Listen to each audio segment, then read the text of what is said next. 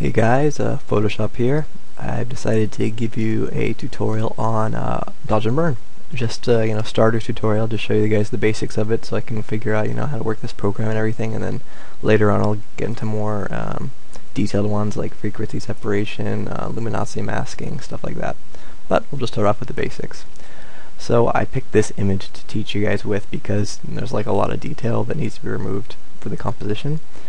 And this is just the raw conversion I have right here, and all I did was take out her eye veins because they were, kind of ugly to look at, and I don't, just not something I want to look at while I'm dodging and burning. Oh, and the spot on her cheek there. But that's it. So I'm going to start off with creating the adjustments. I'm going to go down here and click on the Create New Adjustment Layer icon, button. Create a new curves layer. And then I'm going to drag it down to the new create new layer icon to copy it. So now we have two, and I'm going to double click on the words here and name the first one dodge. I'm going to double click on the letters of the second one, name it burn. So for the dodge, I'm going to bring up the midpoint about to there, and then I'm also going to bring up the shadow point, because otherwise if I wanted to lighten a really dark area, I wouldn't have a lot of control, because if I lighten down there, I just have that tiny bit of increase. So I want to improve that, so bringing that up to about there, and then I'm going to invert the mask by making sure the mask is selected, and Control I will fill it with black. So next to burn, I click on the adjustment and I bring down the midpoint, bring down the top point, and then Control I to invert the mask. Now I'm going to select the first one, hold shift and click on the second one, and Control G to group them. Double click on the group, and I'm just going to name it dodge and burn.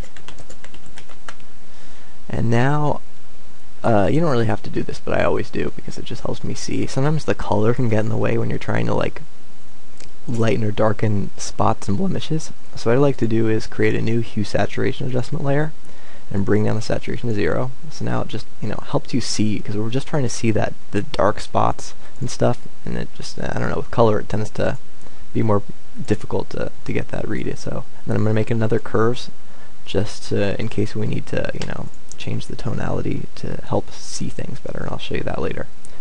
So now I'm going to group these and name them I help. Okay, now we can start dodging and burning. So generally when you're finding the spot that you're going to do, you're going to either lighten or darken, you want to view it at 100% or print size. So I'm going to view it at, let's just say we're going to print it at, this is our actual print size. Let's just say I was going to do here. Okay, so I'm just kind of looking at the image, and what is the most annoying spot of the entire skin for the composition? What draws your eye the most? We just want to look at the eyes, the texture, there should be texture there, but it shouldn't draw your eye. So for me, the areas that need the most work are like right around in here. There's like a lot of unevenness.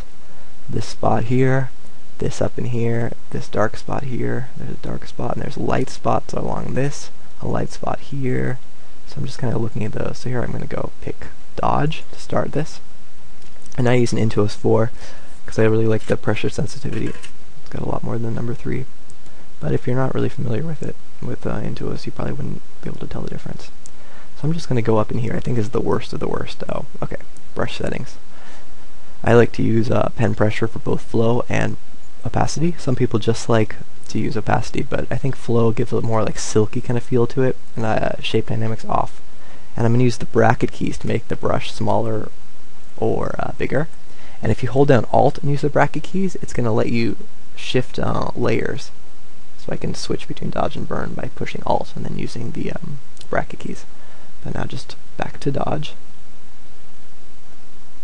And I like to put opacity down to 5% and flow at 100 when I'm dodging and burning like more subtle detail work. If I'm going to be doing more dramatic stuff where I need I don't want to be limited to 5%, what I'll do is 100% opacity and 1% flow, and then I can just kind of keep painting. But for stuff like this, it tends to work better if I do 5%, 100%. Oh, and one more thing. That's going to be different if you don't do spacing 5%. If you, I think the default's like 15 or 20, I don't remember, but yeah, so here I go. I'm going to just start lightening it just until it doesn't bother me. Just until it's not annoying. And if it looks like I'm using a brush size that's too big for the area that I'm dodging, it's part of the screen recording software. Sometimes the brush size that it's showing isn't accurate. So just, just make the brush what it needs to be for that. Okay, so I lighten that. It doesn't bother me anymore. You see, if you turn it on and off, it's kind of hard to tell while you're doing it, but then afterwards you can really see the difference if you toggle on or off. So now what's next? Whatever you do, don't get confined to a zone and start spreading out, getting every wrinkle, because that is basically what you're doing, is end up just blurring the image, just removing all the texture. So you got to stop, let your eye relax, and train your eye to kind of view the image again. What's the next spot? This white spot's driving me nuts, and this texture in here, and some of this stuff. I'm going to get the white spot next, so I'm going to go back to select my burn mask, nice small brush, and just get in there until it just is not existent. Okay, now I'm going to get this light spot right here. And right here, I'm just going to start picking up speed a bit. I'm just trying to even out the most offensive texture here. Okay, I'm going to go back to dodge. Let's see, right in here, I really need some work. Just really lumpy. Okay. And this is bugging me a bit. Okay, so I got the most annoying blotches. I think maybe this wrinkle should be a little bit lighter. I'm going to zoom in a bit more. Get more control. Just a little. We don't want to get rid of the wrinkle. Just until it's just, it's there, but it just doesn't draw your eye. That's the key with dodge and burn. And that's why this technique is the best for skin, because it's totally controlled by, perception rather than, a global calculation or something like that.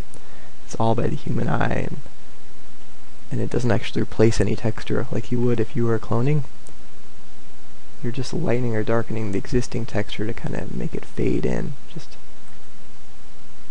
so it's all her actual texture we're keeping, but we're just getting this, the most annoying spots. Whoops, I'm a little too far in now. I want to go back to our print size, our fake print size. There we go. Okay, that's how we're doing so far. You can start to see, the unevenness fading away there. It's looking pretty good. Right in here just needs a lot of work, so I'm going to get a little bit closer just because it's this precision area here. Okay, whoops.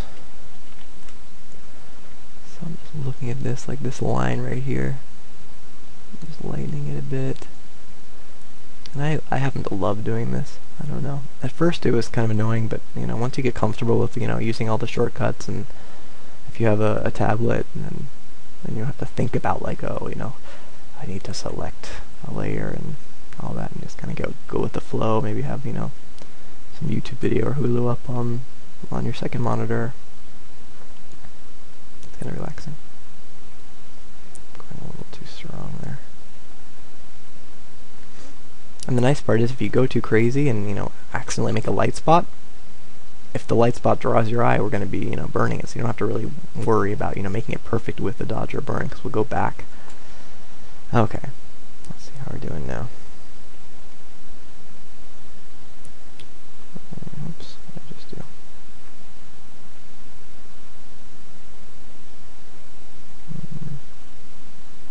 Something looks weird here. I'm not sure what I did. Was that one in farther? It's not clipped.